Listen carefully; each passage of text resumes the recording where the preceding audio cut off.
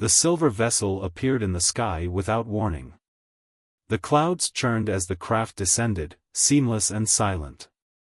Inside, the walls gleamed with an unearthly light, a texture neither metallic nor organic, but something in between. 5 human scientists stood, bound at the wrists, surrounded by towering figures cloaked in shimmering robes. The aliens' faces were smooth and angular, their eyes pools of dark violet that seemed to pierce through thought itself. Dr. Elliot was the first to break the silence. "Where are we?" he asked, his voice wavering. The tallest alien tilted its head slightly. It spoke not with sound, but with a presence that reverberated directly in their minds. "You are aboard our vessel. You are here for study." "Study?" The word sent a ripple of unease through the group. They exchanged nervous glances, trying to decipher if study was a euphemism for something worse. The scientists had been working in an isolated Antarctic lab, analyzing deep-sea organisms that glowed with bioluminescent hues. They had been on the cusp of a breakthrough, their equipment humming with energy, when the ship had descended. The memory was still fresh, the sudden blast of light, the sensation of weightlessness, and then waking up in this strange room. Dr. Patel, the oldest among them, narrowed her eyes. "We aren't lab rats. We have families, lives." The alien's tone remained calm, almost detached. "You are not here for harm. You are here to understand." "Understand what?" Elliot pressed. The alien gestured, and the walls shifted. Panels dissolved into translucent screens, displaying images of Earth, bustling cities, dense forests, and the vast, endless oceans. The alien's violet eyes reflected the images as it continued. "Your kind is unusual. Your behavior is driven by more than survival. By more than logic. We wish to know why." Dr. Patel crossed her arms. "If you think we'll just tell you everything, you're mistaken." Another alien, shorter and with a sharper, almost bird-like frame, stepped forward. Its voice was higher-pitched, its presence tinged with curiosity. "Not tell. Show. We learn through observation." As if on cue, the scientists' bindings released, and the room reconfigured itself. Tables emerged from the floor, lined with various objects, tools, fragments of alien machinery, and pieces of Earth technology. The aliens stepped back, their robes fluttering as if moved by an invisible breeze. Elliot hesitated before approaching the table. The others watched as he picked up what looked like a small, spherical device. It was translucent, filled with a shifting, liquid-like substance. His brow furrowed as he turned it over, then carefully pressed a section that appeared to be a button. With a faint hum, the sphere projected a complex array of light patterns into the air. They shifted rapidly, forming symbols and shapes that seemed to tell a story. The aliens observed silently, their violet eyes unblinking. "It's some kind of data archive," Elliot muttered. He glanced at the others. This could be their way of communicating. Maybe it's a test. Dr. Patel stepped closer, her gaze narrowing. "Or a trap." "We won't know until we try," Elliot replied. He spent the next hour examining the device, his hands deftly manipulating its controls. The symbols started to change, becoming more coherent, less abstract. The other scientists joined in, offering suggestions, pointing out patterns. Slowly but surely, they began to piece together a rudimentary understanding of the alien symbols. The projection shifted, displaying what looked like a schematic, the vessel's propulsion system. Elliot's eyes widened. This is advanced. Far beyond anything we've seen. But it's not just for show. I think they want us to fix it." Dr. Patel frowned. "What if we make it worse? What if it's a trap?" But Elliot shook his head. "No, I think this is why we're here. To see if we can help." With cautious precision, the scientists worked together. The tools on the table seemed to respond to their touch, adapting to their movements. Within another hour, they managed to repair the projection, stabilizing its output. The schematic shifted once more, this time displaying a clear image of the ship itself. The alien leader stepped forward, its towering form casting a long shadow over the group. It reached out, not with a hand, but with a wave of mental energy that brushed their thoughts. "You understand," it said.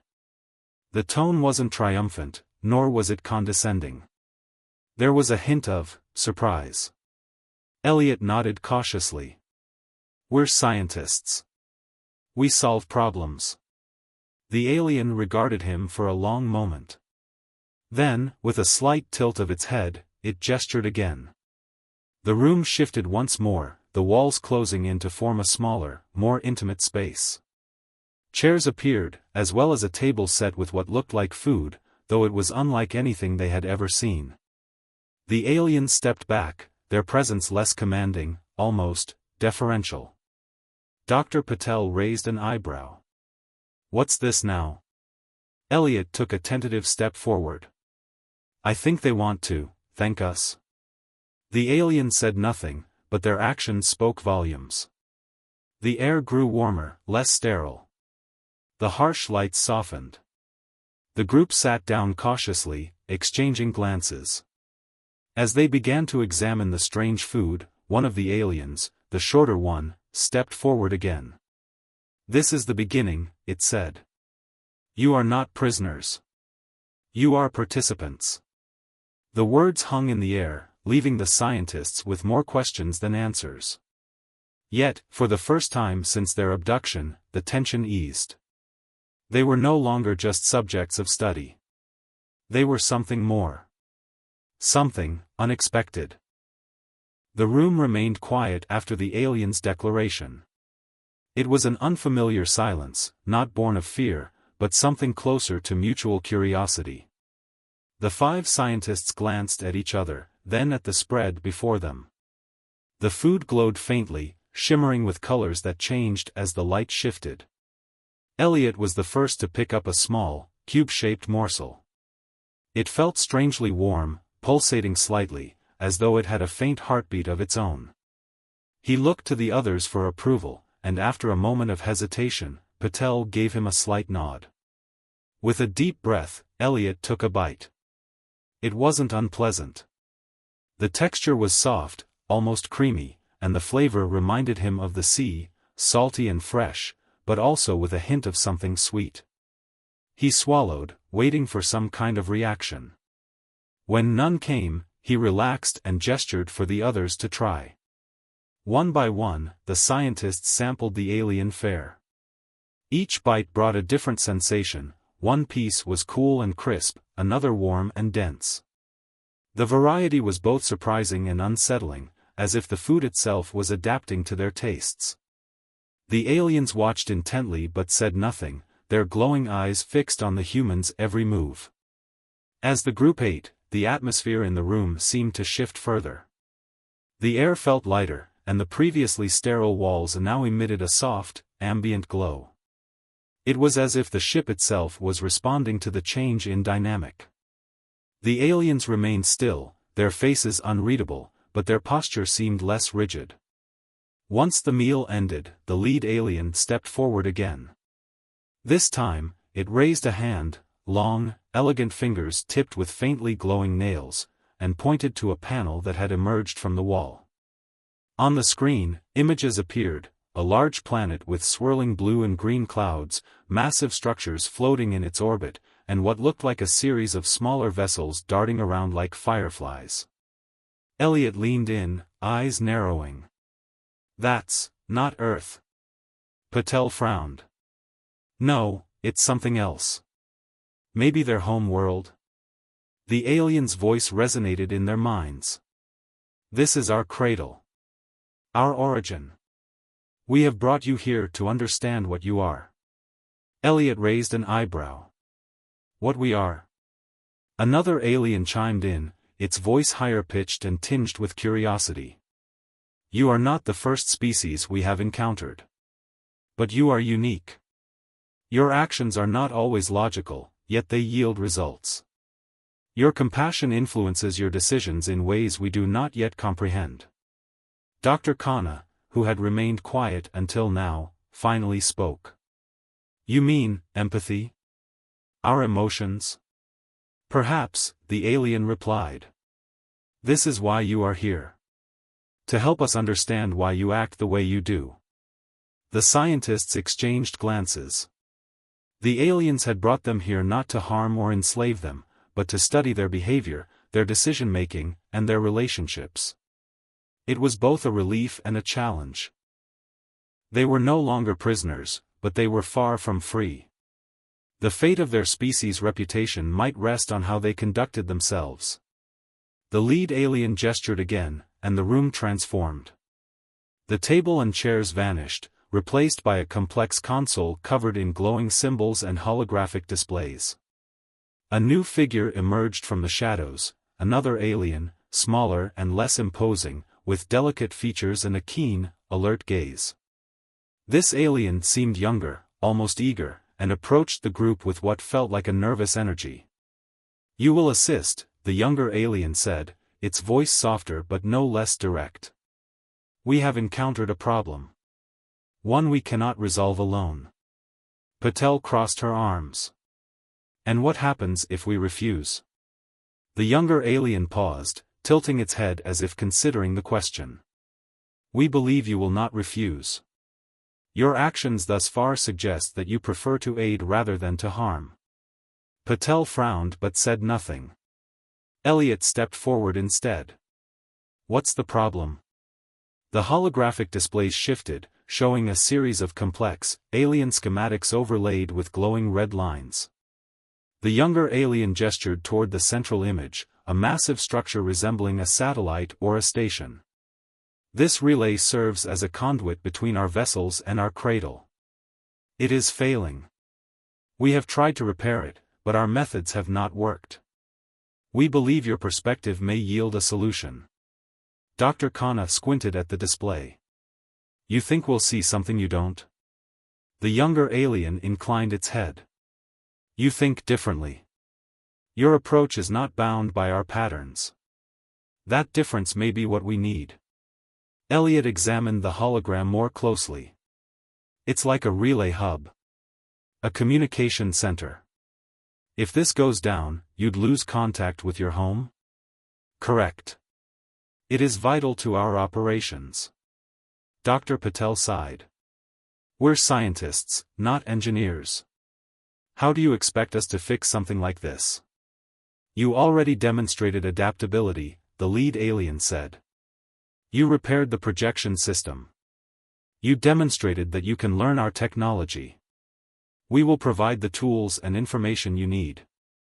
The group huddled, speaking in low voices. They had no idea how this alien tech worked, but it was clear the aliens were counting on them. And while the aliens had shown no hostility, the implicit pressure was clear: failure wasn't an option. Elliot looked up. All right, we'll try. But we'll need full access to all the information you have on this relay. The younger alien stepped back, its posture relaxing slightly. It will be provided. The wall opposite them shimmered and opened, revealing a workshop filled with tools and devices unlike anything they had ever seen. Glowing panels lined the walls, and the air buzzed faintly with energy. The scientists approached cautiously, taking in the alien workspace. The tools were elegant and strange, with no visible buttons or switches. Yet they seemed to activate at the slightest touch. Elliot picked up a device that resembled a spanner but emitted a soft hum. This might take some time. You have what you need, the lead alien said. We will observe. The aliens retreated to the edges of the room, leaving the scientists to their task. They began examining the schematics more closely, brainstorming ideas, and attempting to piece together how the relay might function. The atmosphere was tense, but not oppressive. For the first time, the humans felt less like captives and more like collaborators, albeit ones on a very alien team. And so, surrounded by tools they didn't understand, faced with a challenge that seemed insurmountable, the human scientists began their work. They didn't know if they would succeed, but one thing was certain: they wouldn't give up. Not yet. Elliot placed the humming spanner-like device back on the table and ran his hand through his hair. "This isn't just alien technology," he muttered. "It's like it was designed by an entirely different way of thinking. Nothing about this is intuitive." Patel leaned over the schematics, squinting at the glowing symbols. "You're telling me even their diagrams look more like abstract art than blueprints?" The workshop hummed faintly, a rhythmic pulse that matched the glowing lights along the walls. Despite their confusion, the scientists were making progress, just not the kind of progress any of them had anticipated. They weren't fixing the relay. Not yet, anyway. Instead, they were deciphering the tools themselves. The spanner Elliot had been holding wasn't just a spanner. By shifting the way he gripped it, the device changed form, becoming a soldering tool. A twist of the wrist turned it into a diagnostic scanner. Each tool seemed to serve multiple purposes, adapting to the user's movements and intent. But without instructions, each discovery was a slow, frustrating process. Kana crouched next to a small console they'd pulled out of the wall. The console had no visible interface, no buttons or dials. It was just a smooth surface that glowed faintly. She'd spent the past hour trying different gestures and patterns, but nothing seemed to unlock it. Finally, in a moment of frustration, she placed both hands flat on the surface and pushed. The console lit up, projecting a holographic display into the air. Symbols cascaded across the projection, forming complex patterns that shifted and reformed like living equations. Kana blinked in surprise. "Well, that's something," Patel said, stepping closer. "What did you do?" "I don't know." Kana waved her hands over the display, trying to interact with it. The symbols shifted slightly, but not in any way that made sense. "It's like it's responding to my movements, but I don't know how to control it." Elliot peered over her shoulder. "Maybe it's more than just touch. Try focusing on a specific outcome, like, imagine what you want it to do." Kana hesitated, then nodded. She thought of the schematic they'd seen earlier, the one showing the relay's damaged component. She focused on that image in her mind and reached out again. The symbols shifted, then reformed into a detailed hologram of the relay. The damaged section pulsed red, highlighted against the otherwise smooth structure. Patel let out a low whistle. "Well, that's one way to get what we need." The aliens, still observing from the edges of the room, didn't speak. Their violet eyes followed every move the humans made, but they remained silent. Whether they were impressed or simply intrigued was impossible to tell. Their expressions were as unreadable as ever. As the humans worked, they began to notice patterns in the alien technology. The tools and consoles seemed less like separate devices and more like extensions of the ship itself. Everything was connected: each panel, each tool, even the glowing walls seemed to share a unified design language. Once the scientists began thinking of the technology as a single, adaptive system rather than individual gadgets, their progress accelerated. Elliot discovered that the spanner's various modes weren't random, they corresponded to different types of repairs. A slight twist to the left activated a diagnostic mode that highlighted weak points in the material. A twist to the right created a welding beam that seamlessly fused cracks and breaks. Patel figured out that one of the seemingly decorative panels on the wall actually dispensed thin, flexible wires that could be used to reroute power. Kana learned to manipulate the holographic interface by focusing her thoughts, effectively asking it for what she needed rather than trying to press imaginary buttons. The aliens finally spoke when the humans managed to fully repair a small circuit module from the relay. The module, which had been flickering with a faint red light, now glowed a steady green. The lead alien approached, its violet eyes fixed on the repaired component. "You progress," it said. "Your methods differ from ours, yet they yield results. Patel straightened, brushing her hands off on her pants.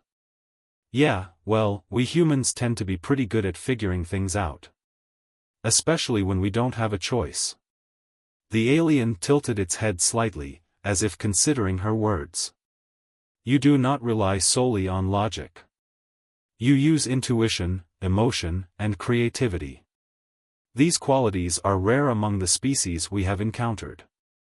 Guess that makes us special, Kana said, her tone half joking. Special, indeed. We have observed, but we wish to learn more. The alien gestured, and the workshop transformed once again. Panels slid away to reveal a larger room filled with more complex equipment. The new devices emitted a faint hum, their lights pulsing in rhythmic patterns. This is the next phase. You will repair the relay's core module. Elliot sighed. No pressure, huh? The group moved into the larger room, now more confident with the alien tools. They divided tasks among themselves. Patel focused on understanding the core module's structural integrity, Elliot handled the diagnostic tools, and Kana worked the holographic interface to map out the relay's internal connections. Their movements were more fluid now, less hesitant. They were adapting. The core module was unlike anything they'd seen before. It was a massive, cylindrical structure, its surface covered in intricate patterns that glowed and shifted like living circuitry. The damaged section was obvious, a deep crack that emitted sparks and a faint, high-pitched whine. Elliot ran the spanner in diagnostic mode over the crack, watching as the device projected a stream of data into the air. It's a fracture in the containment layer, he said. If we can seal it, the core should stabilize. Patel nodded. And then we need to reroute the power flow around that section to prevent further damage. Kana focused on the holographic display, guiding the symbols with her hands. I think I've found a secondary power conduit. We can use it to bypass the damaged section. The aliens watched in silence as the humans worked. The room grew warmer, the hum of the equipment becoming a steady rhythm that seemed to echo the humans' movements. Patel and Elliot carefully fused the crack, their hands steady despite the unfamiliar tools. Kana redirected the power flow, her focus unwavering. Hours passed, but finally, the core module's lights shifted from a flickering red to a steady blue. The high-pitched whine ceased, replaced by a low, harmonious hum. The core was stable. The lead alien stepped forward again. You have done what we could not. Your approach is unconventional, but effective. We see now that your species possesses something we do not. Elliot wiped his brow, his shoulders sagging in relief. Yeah, we call that winging it. Patel smirked. More like ingenuity. A little trial and error, a little gut instinct. The alien's gaze lingered on them. This is why you are here. To show us what we lack. To teach us. Kana crossed her arms. Well, if you want to learn, you might have to start explaining a bit more. We're good at figuring things out, but we're not mind readers. The alien didn't respond immediately. Instead, it turned to the glowing walls, and the room shifted once more. A series of images appeared, alien worlds, advanced structures, and other species. Then let us continue. Together. The scientists exchanged glances. For the first time since their abduction, it felt less like they were working under duress and more like a collaboration. They were still far from home, but the dynamic was changing. They weren't just captives anymore. They were becoming something else, advisors, partners, maybe even friends. The repaired relay core pulsed steadily, casting a soft, blue glow across the chamber. The once tensely quiet space now held a hum of low conversation among the humans, punctuated by the occasional clicking of alien footsteps. Patel glanced at the faint scars left by their repairs. This wasn't just a relay, was it? The lead alien stepped closer, its violet eyes reflecting the faint light. It was the first of many. Your methods proved effective, and your perspective, unorthodox though it may be, has yielded results that could change our understanding of your kind. Elliot leaned against the workbench, his arms crossed. So what's next? If this relay was just one piece of the puzzle, then what's the bigger picture? The alien turned toward the room's central console. With a wave of its hand, the holographic displays shifted. The scientists had grown more comfortable with these sudden transformations, though the sheer complexity of the alien schematics still left them momentarily speechless. The image before them wasn't another relay. It was something far larger. The scale of the projection dwarfed their previous work. The structure was massive, stretching far beyond what their minds could immediately grasp, its sleek design broken only by jagged lines of damage and darkened nodes. Patel stepped forward. What is that? It is our central hub. The core of our communications, our knowledge, our history. The alien's voice resonated deeply. This is where the relay sends its signals. It is the heart of our network. Kana's eyebrows rose. And it's damaged? Critically. The alien gestured again, zooming in on a large, fractured segment. The damage was severe: blackened surfaces, broken conduits, and entire sections that flickered in and out of existence on the projection. It has been failing for years. We have attempted to repair it many times, but our methods cannot fully restore its function. Elliot frowned, folding his arms. If this is the core of everything, why not bring in your top engineers? Surely they know more than we do. Our engineers built it. Their knowledge is absolute. Yet their approach is rigid. They do not see beyond the parameters of their training. You do. The compliment was backhanded, but it wasn't lost on the group. The aliens didn't know how to be anything other than direct. Kana smirked.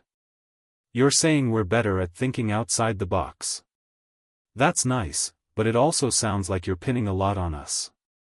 Your unpredictability is why you are here, the alien replied. We must stabilize the hub. Without it, our civilization's collective memory will deteriorate. The gravity of the situation hung in the air. The aliens weren't just asking the humans to fix a machine. They were asking them to safeguard their entire history. Patel pressed her lips into a thin line. This is a much bigger job than the relay. If we're going to try, we'll need full access to all the data, all the tools. No holding back. The alien nodded once. You will have everything you require. And with that, the chamber transformed again. Walls retracted, revealing a new space that stretched further than the humans had expected. This workshop was far more advanced, its equipment lined with unfamiliar glyphs and glowing patterns. A massive console dominated the center, and above it, a full-scale hologram of the hub flickered into existence. The scientists approached cautiously. Patel ran her hand along the edge of the console. We're really doing this? Elliot nodded. We don't have much of a choice. Besides, think of what we can learn from this. If we succeed, we'll have insight into technology far beyond anything back home. Kana placed her hands on the console, studying the hologram's shifting patterns. Then let's get started. The first step was analysis. The scientists divided the hologram into sections, each focusing on a different aspect of the damage. Patel examined the structural integrity of the hub's framework. Elliot mapped the power distribution network, identifying points where energy flow had been severed. Kana worked the interface, coaxing it to reveal more detailed schematics and archival data. Hours turned into days. The humans slept in shifts, taking brief breaks when exhaustion set in. Despite the alien technology, the work was surprisingly familiar. They used the same principles they'd learned on Earth, identifying weak points, rerouting power, reinforcing structures. The tools were different, the materials exotic, but the underlying logic was the same. And through it all, the aliens watched. They rarely spoke, but their presence was constant. Their expressions never changed, yet their body language seemed less rigid. They no longer stood at attention, instead taking more relaxed postures. Occasionally, the younger alien would step forward and ask questions, simple, direct queries about why the humans made certain decisions or why they approached a problem from a particular angle. Elliot began to notice a shift in their dynamic. The aliens were still in control, but they seemed less like overseers and more like collaborators.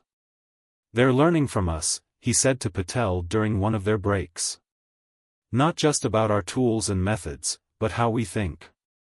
How we problem solve." Patel nodded, leaning back against the workbench. "They're trying to understand why we do what we do. What drives us? What do you think they'll find?" Kana asked as she approached, holding a small device that she had just calibrated. Patel shrugged. "That we're a mess of instincts, emotions, and logic. And that somehow, that mess works." They returned to work, gradually making progress.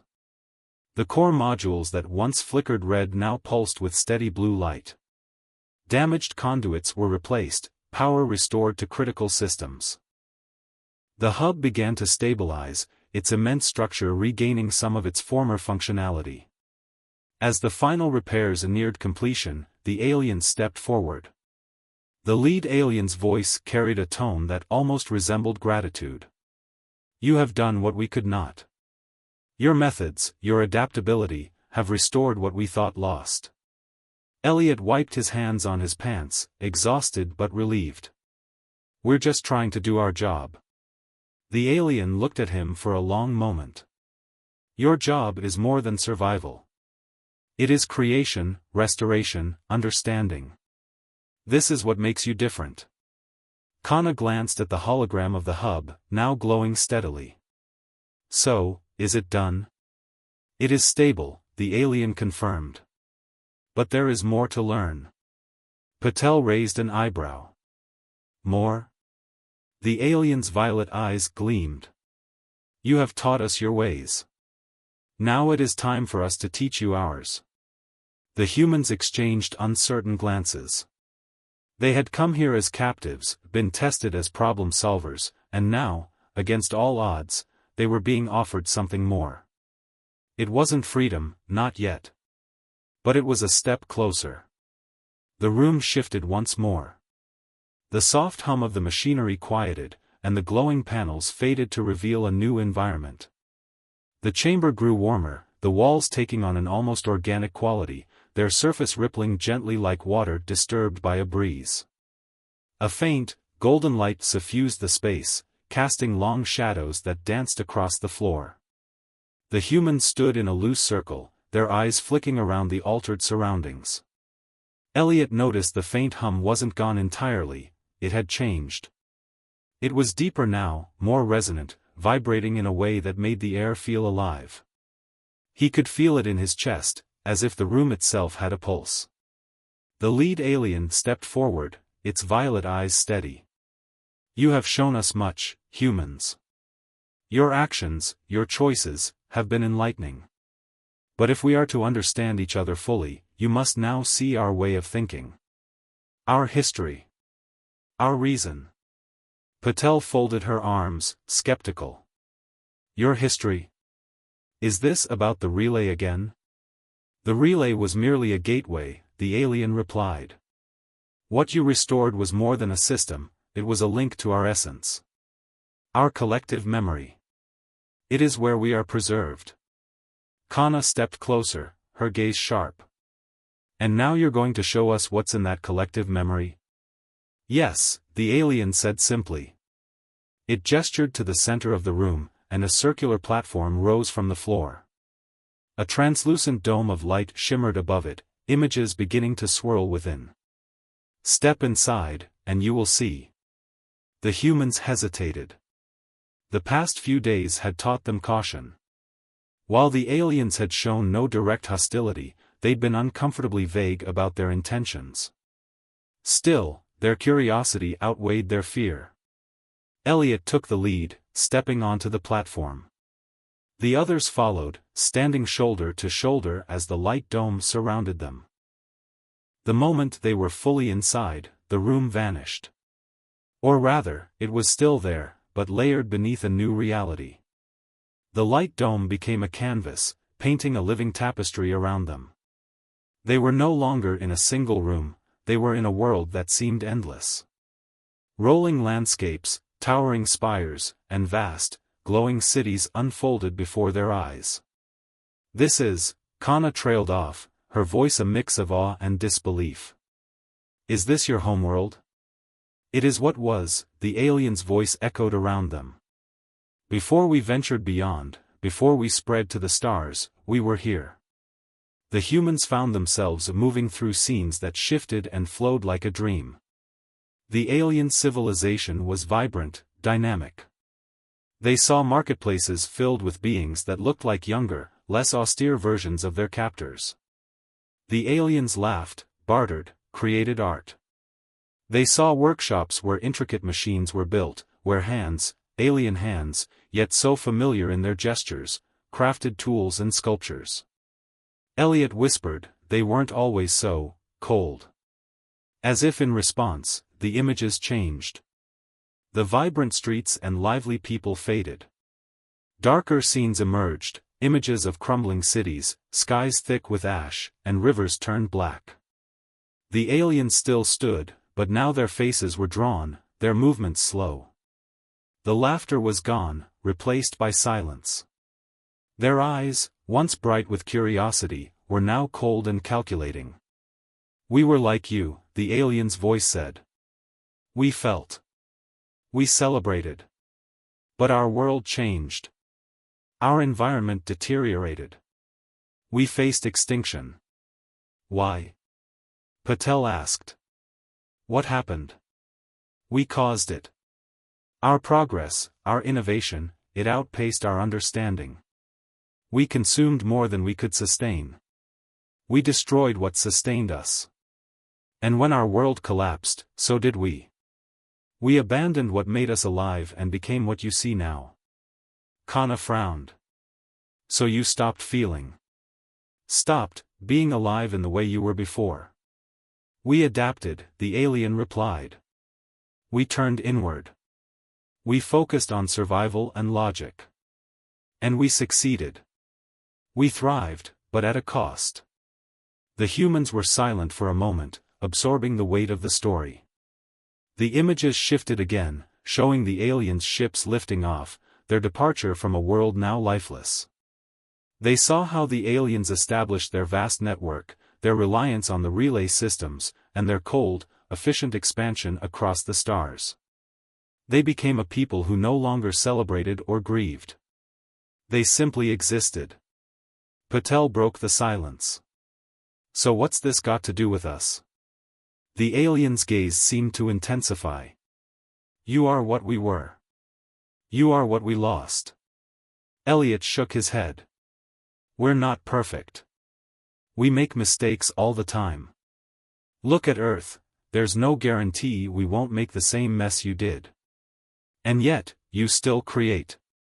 You still care. You still feel. That is why we brought you here. To understand how you maintain that balance." Kana frowned. "Balance? We don't have a balance. We just try to do what we can, one step at a time. And in that, there is hope," the alien replied. "Hope that we can learn from you. That we can remember what it means to be more than efficient." The images faded, the light dome dissolving until they were back in the chamber. The warm, rippling walls remained, and the hum was still there, deep and resonant. The scientists stood in a stunned silence, trying to process what they'd just experienced. Elliot was the first to speak. "You're not just studying us. You're trying to find a way to bring back what you lost." "Yes," the alien admitted. "We do not know if it is possible. But your actions, your emotions, have given us a starting point. This collaboration may be the key." Patel folded her arms, her gaze skeptical. "And what do we get out of this?" We help you restore your history, your humanity. What do we get in return? The alien tilted its head, as if considering the question carefully. You will learn from us as we learn from you. Your world, your species, will gain knowledge far beyond your current understanding. Together, we can forge a new path, one where both of our kinds might thrive. Kana leaned against the console, thoughtful. So this isn't just about fixing your technology. It's about fixing yourselves. Yes, the alien said simply. And perhaps, in doing so, helping you avoid our fate. The room fell quiet again. The humans didn't have an answer yet, but they had a direction. And though the path ahead was still uncertain, they couldn't deny that something had shifted. Their captors were no longer just watchers. They were students. Collaborators. Partners in a journey neither species could take alone. The air in the alien chamber felt different now, lighter, less oppressive. The faint hum that had once seemed so foreboding now blended with the steady rhythm of the humans' breathing. The 5 scientists stood in a loose cluster, watching as the lead alien stepped forward. It extended its hand, long fingers resting gently on the control panel. A final hologram blossomed in the air, showing Earth from orbit, its blue oceans and white cloud swirls a vivid contrast to the dark void beyond. It is time, the alien said, its voice calm and measured. Your presence here has given us what we sought. You may return to your home. Elliot blinked in surprise. Just like that? After all we've done here? You have done more than repair our technology, the alien continued. You have shown us a path forward.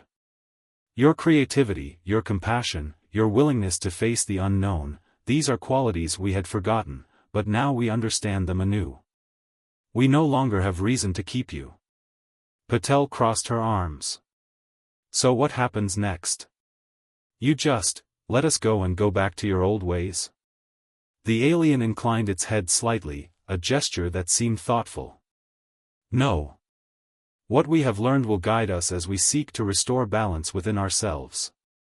We must begin the long process of rediscovering what we lost. Elliot exchanged a glance with Kana and Patel. The realization sank in, they were truly being set free. Still, after everything, it felt anticlimactic. Just one more question, Elliot said. Why us? Out of all the humans you could have taken, why this group? You represented a range of qualities we believed were necessary, the alien said. Curiosity. Adaptability. Empathy. Your presence was not chosen at random. Not chosen at random? Kana asked, a note of suspicion in her voice. You're saying we were picked on purpose? The alien didn't respond directly. Instead, it gestured to the control panel, and the room began to change. The shimmering walls faded, revealing a starfield. In the distance, a pale blue dot grew larger, Earth, slowly rotating in the vastness of space. Elliot sighed, then smiled faintly. Guess that's our ride home. The younger alien, the one who had shown more curiosity and eagerness throughout their time aboard, stepped forward. What you have given us cannot be repaid. But know this, our paths may cross again. And when they do, it will not be as captors and captives. It will be as equals. Patel's stern expression softened slightly. I'll hold you to that. The platform beneath them began to glow, and a familiar sensation of weightlessness took hold. As the scientists rose into the air, they couldn't help but look back at the aliens, who stood motionless, their violet eyes glowing faintly. There was no wave, no final goodbye, just a shared understanding that something had changed. The return journey was as surreal as the abduction had been. One moment, the scientists floated within the alien ship's luminous chamber. The next, they were standing on solid ground, the harsh wind of Antarctica biting at their faces. Their research station loomed ahead, its metal structure glinting in the dim light. The scientists stared at one another, then at their surroundings, as if expecting the alien ship to appear again. But it was gone. The group made their way back to the station in silence, their footsteps crunching on the ice. Inside, the familiar hum of their equipment brought a strange comfort. Kana immediately began checking the logs. "It's as if we never left," she said. "No gaps, no interruptions. Everything's just as it was." Elliot sank into a chair, running a hand through his hair. "We were gone for days. How could there be no gaps? They must have returned us to the exact moment we were taken," Patel said, her voice calm but thoughtful. "To everyone else, it'll seem like nothing happened." Kana glanced over at Patel, an eyebrow raised. "So what do we do now? Tell the world? Write a report?" Patel shook her head. "No one would believe us. And even if they did, we don't know what kind of repercussions it would have. The aliens might be trying to change, but that doesn't mean they're ready to be known. For now, we keep this to ourselves." Elliot sighed, leaning back in the chair. "I don't know about you, but I feel different. Like we've been part of something bigger than ourselves." "We have," Patel said simply. "But that doesn't mean we stop doing our jobs. We came here to study bioluminescent organisms, remember? We still have work to do." Kana smirked. "After everything we've seen, glowing sea creatures seem almost boring." The group shared a quiet laugh, the tension easing slightly. It was strange to slip back into their old routines, to act as though nothing had happened. But as the days passed, they fell into their familiar roles, their conversations turning back to research data and upcoming publications. Yet, late at night, when the wind howled outside the station, each of them found themselves staring out at the stars. Somewhere out there, those aliens were beginning a journey of their own, one sparked by the unlikely collaboration between captor and captive. And though the scientists would never speak of it openly, each carried the memory of their time aboard that ship. It wasn't just an experience, it was a reminder. A reminder that no matter how advanced a civilization became, it could still lose sight of what made it truly alive. And it was a reminder, too, that the smallest actions, repairing a relay, solving a problem, showing compassion, could echo far beyond what anyone might imagine. Elliot, Patel, and Kana knew their lives would never be quite the same. But they also knew that the story wasn't over. The connection between Earth and that distant alien species had been forged. And the possibility of future encounters lingered in their minds. For now, they would focus on their work.